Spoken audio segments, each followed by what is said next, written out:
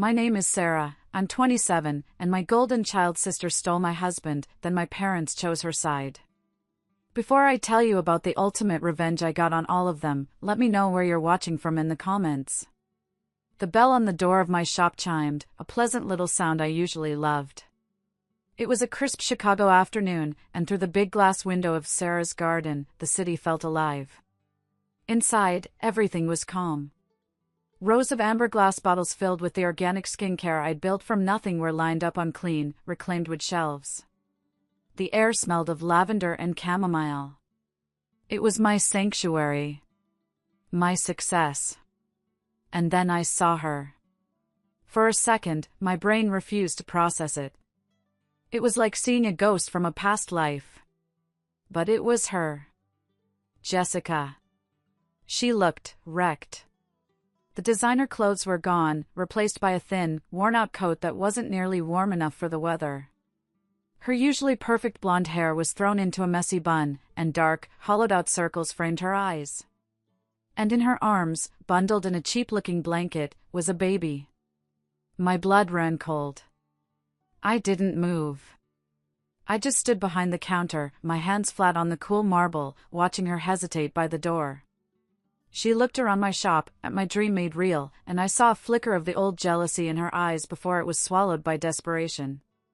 Finally, she took a shaky step forward. "Sarah," she said, her voice thin and cracked. I didn't answer. I just stared.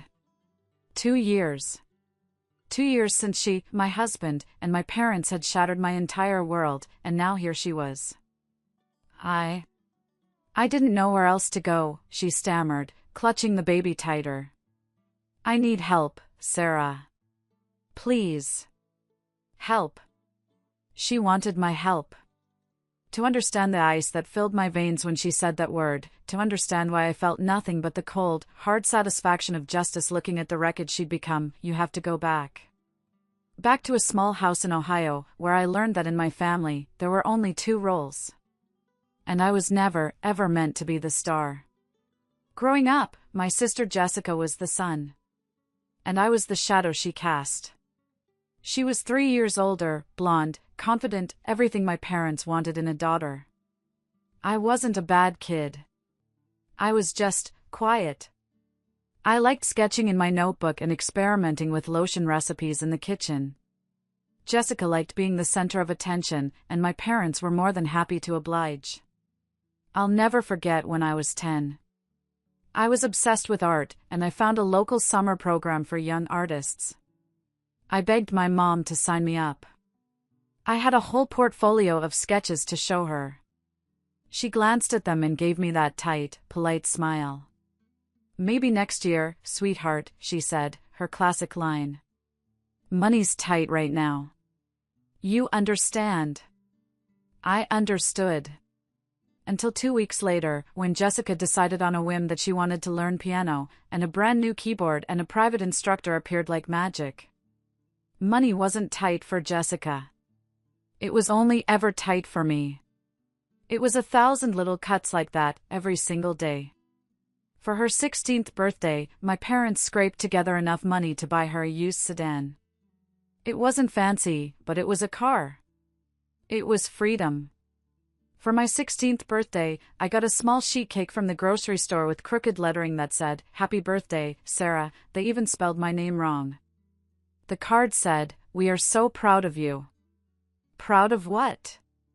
Surviving another year in the background? Their ultimate betrayal during those years, though, was my high school graduation. For Jessica, they rented out a banquet hall. They invited half the town. It was a massive affair, a celebration of their perfect daughter. When it was my turn, we had a small barbecue in the backyard. It felt more like an obligation than a celebration. I remember my dad clapping me on the shoulder, saying, "Well, we already did the big party for Jessica, so this is just more low-key." The words hung in the air, a perfect summary of my entire life, a low-key version of my sister's. I knew then I had to get out.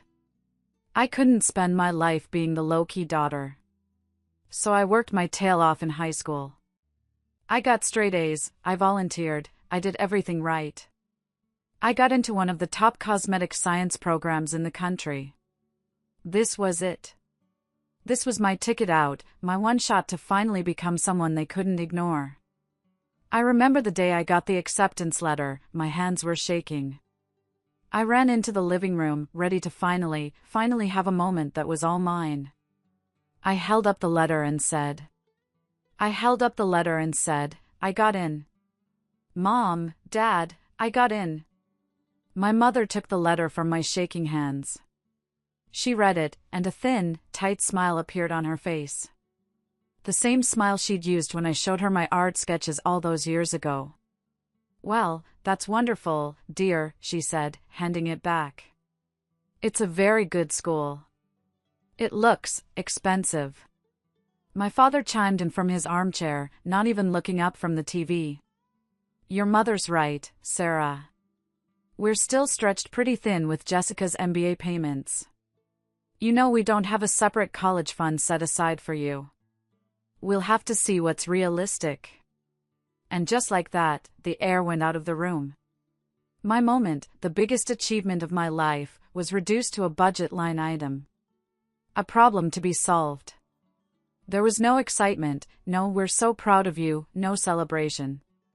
It was just a new expense they hadn't planned for. An inconvenience. I ended up getting a mountain of student loans. I worked 2 part-time jobs all through college just to cover my rent and books. I barely scraped by. Meanwhile, Jessica had moved back home after getting her MBA. She didn't land her dream job right away, so my parents bent over backwards to make her comfortable. They turned the guest room into her own private apartment, paid her car insurance, and gave her a weekly allowance so she could go out with her friends without feeling stressed. She was 30 years old, living off my parents, while I was 20, working 40 hours a week on top of a full course load just to keep my head above water. The injustice of it was a constant, dull ache in my chest. When I'd come home for Christmas, exhausted and thin, my mom would say things like, "You need to take better care of yourself, Sarah." Then she'd turn around and offer to take Jessica on a shopping spree because she needed a new outfit for a job interview. If I mentioned I was struggling to pay a bill, my dad would give me a lecture on budgeting. But they'd co-sign a loan for Jessica to buy a new laptop because hers was getting a little slow. It wasn't just the money. It was the attention. The validation. I remember I won a small award for a skincare formula I developed in my junior year. I was so excited, I called home to tell them. My mom picked up. "Oh, that's nice, honey," she said, her voice distracted.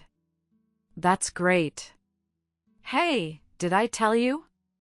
Jessica has a 3rd interview with that big marketing firm downtown. We have a really good feeling about this one." My achievement was a stepping stone to talk about Jessica's. My life was just the opening act for the main event. I learned early on that if I wanted something, I had to get it myself. If I wanted to be proud of something, I had to be proud on my own. Because in their eyes, I was just the other one. The responsible one. The one who didn't need their help because, frankly, they didn't have any help left to give. They had poured all their resources, their money, their hopes, their love, into their golden child. And for the rest of us, there was only whatever was left over. Usually, that was nothing. I promised myself that one day, I would build a life so successful, so full, that I wouldn't need anything from them ever again. I just never imagined that when I finally did, it would be the one thing my sister would decide she had to take from me. College was my escape, but it was also a grind. I spent my final year juggling classes, my internship, and a weekend job at a small, upscale boutique that sold artisanal cosmetics and perfumes. It wasn't glamorous, I was mostly restocking shelves and ringing up customers, but I loved being surrounded by the things I was passionate about. That shop is where I met Mark. He walked in one rainy Saturday afternoon. He was tall, impeccably dressed in a tailored suit, and had a kind of easy confidence that made everyone in the room turn their heads. I figured he was just another wealthy guy looking for an expensive gift to impress a girlfriend. But he surprised me. He came right up to my counter and asked about a specific facial oil, questioning me about the ingredients, the sourcing, the formulation. He wasn't just reading a label, he was genuinely interested. We ended up talking for nearly an hour. Not just about skincare, but about business, about passion, about building something from the ground up. I learned he ran a successful tech startup, but he spoke about it with a quiet humility that was completely disarming. He listened to me talk about my dreams of creating my own skincare line with an intensity that no one, not even my own family, had ever shown me before. For the first time in a very long time, I felt seen. He came back the next week. And the week after that. He'd make up excuses to buy something small, but we both knew he was there to talk to me. Finally, he asked me out. I was a nervous wreck. I was a broke college student who bought her jeans at Target. He was a successful entrepreneur who drove a Porsche. But he didn't care about any of that.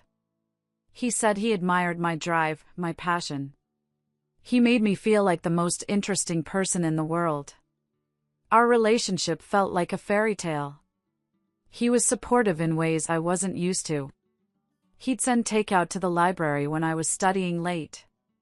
He'd listen to me ramble about polymer chains and hyaluronic acid and act like it was the most fascinating thing he'd ever heard. He became my biggest cheerleader. A year later, on a rooftop restaurant overlooking the city, he asked me to marry him. I said yes without a second of hesitation. It was the easiest decision I'd ever made. I had finally found my person, my first choice. Of course, when I told my parents, their reaction was predictably awful. A tech startup? Oh, he must be doing very well for himself, was the first thing my mother said. Not, congratulations, or, I'm so happy for you. It was all about his salary. My father was even worse. Well, at least you won't have to worry about those student loans anymore, he said with a chuckle. They didn't ask about the proposal. They didn't ask to see the ring. They just saw dollar signs. At our engagement dinner, my mother leaned over and whispered in my ear, "You know, Mark must have some successful friends. Jessica's been so unlucky in love. Maybe you could introduce her to someone." It felt like a punch to the gut. My happiness wasn't my own, it was a resource to be mined for my sister. The wedding was beautiful, but it was also the beginning of the end. Jessica showed up in a champagne-colored dress that was so close to white it made people stare. She spent the entire night fluttering around Mark's colleagues and investors, laughing too loudly at their jokes, acting less like the maid of honor and more like the hostess. The worst part came during the reception. She pulled me aside near the gift table, a fake, syrupy smile plastered on her face. "I'm so happy for you, Sarah," she said, squeezing my arm. Then she leaned in closer, her voice dropping to a conspiratorial whisper. "I'm just worried about you, Sarah. Mark's world is so high-powered. I saw him at a gala last month and some women, model types, were all over him. You need to keep a close eye on him, don't be too naive." I felt a chill run down my spine. It was such a strange, ugly thing to say on my wedding day. She framed it as concern, but it felt like a threat. A little drop of poison slipped into my ear when I was at my absolute happiest. I tried to brush it off, to tell myself she was just being a sister, maybe a clumsy, jealous one. But a cold feeling settled in my stomach, a feeling that something was deeply, deeply wrong. If you're still listening, please help me by liking this video and commenting the number 1 below. It lets me know you gave me a like, and it tells me you're with me on this journey. Your support is a huge encouragement for me. Please, comment the number 1, and let me continue my story. The first year of our marriage was blissful. Mark was everything I'd ever dreamed of. He encouraged me to start developing my own product line in my spare time, even helping me set up a small lab in our guest room. I felt cherished, supported, and safe for the first time in my life. The little seed of doubt Jessica had planted on my wedding day withered and died. Or so I thought. About a month into our marriage, Jessica started showing up. Unannounced. At first, it was just a quick pop-in on a Saturday. Then it became a regular Tuesday afternoon thing. Then it was 3-4 times a week. She'd always have some flimsy excuse. Oh, I was in the neighborhood, or I was bored and just thought I'd come say hi. But she wasn't there to see me. If I was working in my lab, she'd barely glance in my direction. She'd make a beeline for the kitchen, where Mark was, or the living room, if he was watching TV. She was always perfectly dressed, full makeup, designer bag on her arm. She'd perch on a bar stool and watch him cook, laughing with this loud, theatrical laugh at everything he said. It made my skin crawl. She had this habit of touching him. A little brush of lint off his shoulder. A light touch on his arm as she made a point. It was all disguised as casual affection, but it felt possessive. Territorial. I tried to talk to Mark about it. I did it gently. Hey, don't you think it's a little weird how much Jessica is here? He just shrugged, not even looking up from his laptop. She's your sister, Sarah. She's probably just lonely. Don't be insecure. Insecure. The word was a slap in the face. It was the same as him saying, "You're crazy. You're overreacting." He made me feel like I was the problem. So I shut up. I tried to ignore the twisting in my gut every time her car pulled into our driveway. I tried to pretend the way she looked at my husband wasn't the way a predator looks at its prey. Things got worse. He started coming home from work later. It was always a late meeting or dinner with investors. I wanted to believe him. I really did. But I was living with a constant, low-grade hum of anxiety. My home, my sanctuary, no longer felt safe. It felt like enemy territory. The final straw came on a Thursday night. He was supposed to be home at 7 for dinner. At 9, he texted, "Just wrapping up. Be home soon." He didn't walk through the door until nearly midnight. The moment he stepped inside, I knew. I didn't even have to see his face. I could smell it. A perfume. It was a heavy, floral scent, jasmine and vanilla, with a top note of something sharp and sweet. As a cosmetic scientist, my nose is my instrument. I know every scent in my collection, every oil, every extract. And that scent was not one of mine. I just stood there in the hallway, frozen, as he walked past me, muttering something about a brutal meeting. My voice came out as a whisper. "What is that smell, Mark?" He stopped. He turned around slowly. He couldn't even meet my eyes. "What are you talking about?" "The perfume," I said, my voice getting stronger. "On your collar." "Who is she?" He looked at me then, and his face was a mask of guilt. He didn't even try to lie. He just ran a hand through his hair and let out a long, slow breath. The kind of breath a man takes before he shatters your entire world. "Sarah," he started, and his voice was full of that fake, pathetic pity. "Jessica and I, we're in love." The words didn't feel real. They just hung there in the air between us, obscene and impossible. My sister. My husband. My brain just shut down. I didn't scream. I didn't cry. I felt nothing. It was like I was watching a movie of someone else's life falling apart.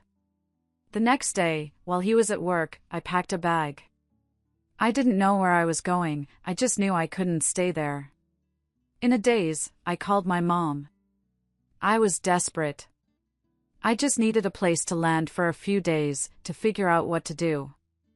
I told her everything, the words spilling out of me in a broken, numb rush. There was a long pause on the other end of the line. Then, my mother's voice, cool and distant. "Oh, honey. That's a lot. I'd love to help, but the house is under a full renovation right now. It's a complete mess. There's just no room." "Renovations?" They'd lived in that house for 30 years and had never so much as painted a wall. It was a lie. A cold, blatant lie. My hands trembling, I hung up and called my dad. I thought, maybe he'll be different. I told him the story. He cleared his throat. "It's just not a good time, sweetheart," he said, his voice awkward and strained. "You know how it is." I hung up the phone. And that's when the numbness finally shattered, and the pain hit me like a physical blow. It wasn't just a betrayal. It was a complete and total abandonment. My husband, my sister, my mother, my father. In the space of 24 hours, I had lost my entire family. I was utterly, terrifyingly alone. The days that followed are a blur of pain and paperwork.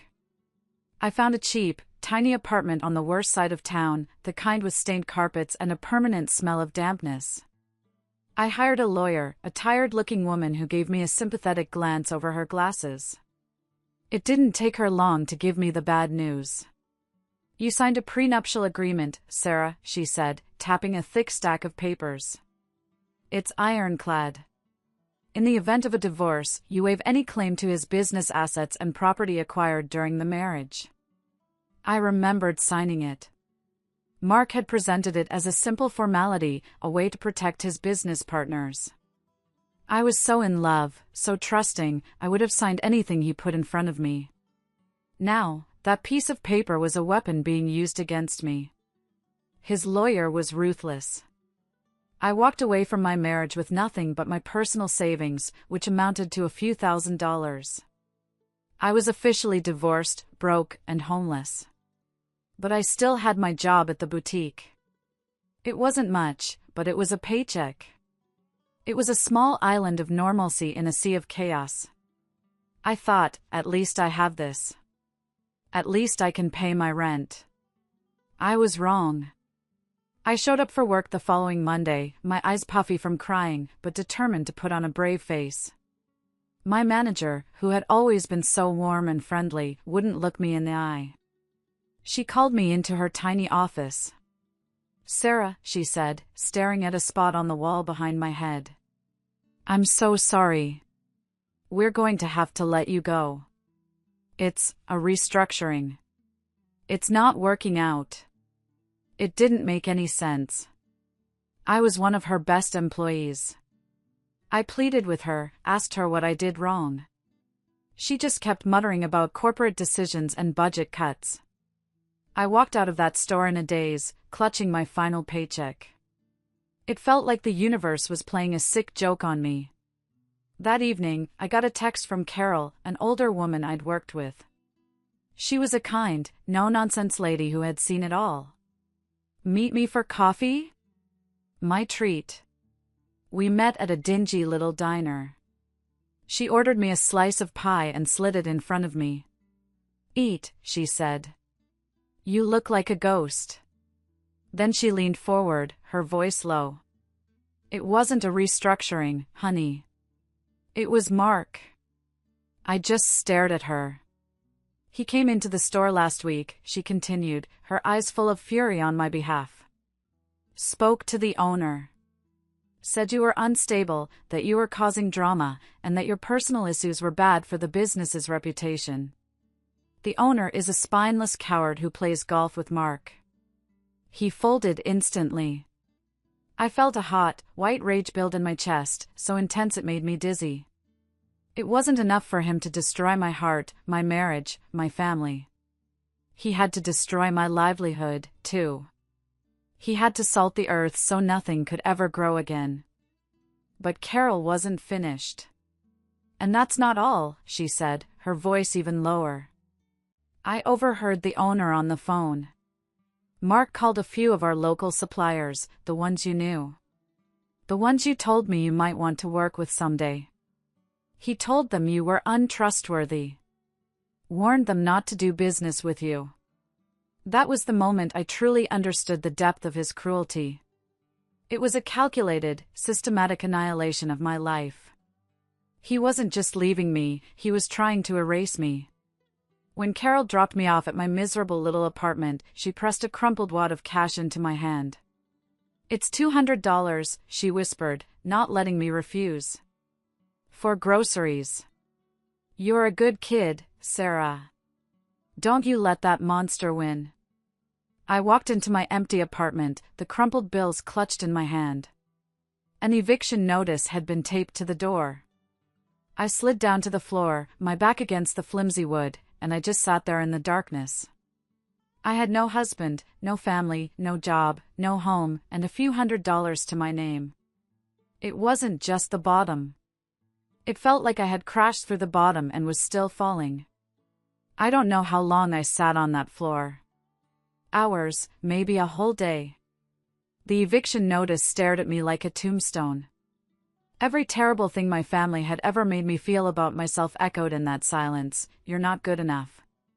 You're not smart enough. You're second best. I was so close to believing them. So close to just giving up. Then I thought about Carol's $200. I thought about the fury in her eyes. And I thought about Mark's smug, satisfied face as he systematically tried to destroy me. A different feeling started to bubble up through the despair. Not sadness. Rage. A cold, hard, clarifying rage. I got up off the floor. I walked into the tiny, grimy kitchen. I looked at my reflection in the dark window. And I thought, they took my husband. They took my home. They took my job. But they can't take what's in my head. The next day, I went to a credit union on the other side of town. I took the few $1,000s I had left from my savings and used it to secure a small, high-interest personal loan. It was a huge risk. It was barely enough to cover a few months' rent and the absolute basic supplies. But it was a start. My apartment became my laboratory. I bought beakers and hot plates from a second-hand science supply store. Because of what Mark had done, I couldn't use any of the local Ohio suppliers. It was a setback, but I was done with setbacks. I spent weeks researching, making calls, and finally found small, family-run farms in Oregon and North Carolina that would ship me the high-quality, organic ingredients I needed. It was more expensive. It was harder. And it made me more determined. Every single night, after working a soul-crushing temp job doing data entry, I would come home and work until 2 or 3 in the morning. My tiny kitchen table was covered in glass bottles and notebooks full of formulas. I poured every ounce of my pain, my anger, and my knowledge into those bottles. I wasn't just making face oils and serums. I was creating my own lifeline. I called my little brand Sarah's Garden. It was a promise to myself that something could still grow from the ashes. I started small, on Etsy. For months, I made almost nothing. A sale here, a sale there. I lived on instant noodles and cheap coffee. I was so close to the edge, my loan money dwindling with every rent check. I remember one night, staring at my bank account, with less than $100 in it, thinking, this is it. I failed. And then, it happened. A small beauty blogger from California, someone with a decent but not huge following, bought one of my serums. A week later, she posted a video review. She didn't just like it. She raved about it. She talked about the quality of the ingredients, the unique formulation, the story of a small, woman-owned business. She called it her holy grail product. I woke up the next morning to the sound of my phone buzzing. And buzzing. And buzzing. It wouldn't stop. It was a flood of Etsy notifications. I had sold out of every single product I had. In one night. The momentum just kept building. That blogger's review was shared. Other bloggers bought my products. My little Etsy shop was featured on a popular website. The orders poured in, faster than I could fill them. I worked 18-hour days, my hands raw from bottling and labeling, my back aching. But I had never felt so alive. After 6 months of non-stop work, I had paid back my loan and had enough money saved to take the biggest leap of my life. I packed up my tiny apartment, left that town in Ohio without a single goodbye, and drove to Chicago. I found a small, affordable studio space in a quiet neighborhood. It wasn't much more than a single room with a concrete floor, but when I stood in the middle of it, holding the keys in my hand, I burst into tears. It wasn't just a studio. It was my escape. It was my new beginning. It was the first piece of ground in my new life that was completely, totally mine. 2 years passed. 2 years of grueling work, of reinvesting every penny back into the business, of slowly, carefully building Sarah's garden into something real. The small studio gave way to a larger workshop, and finally, to my first storefront in a beautiful Chicago neighborhood. The same one Jessica had just stumbled into. Seeing her standing there, a ghost from a life I had fought tooth and nail to leave behind, was jarring.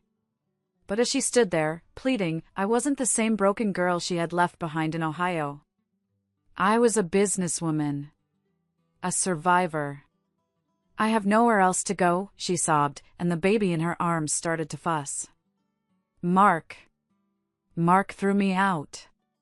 He cut me off completely.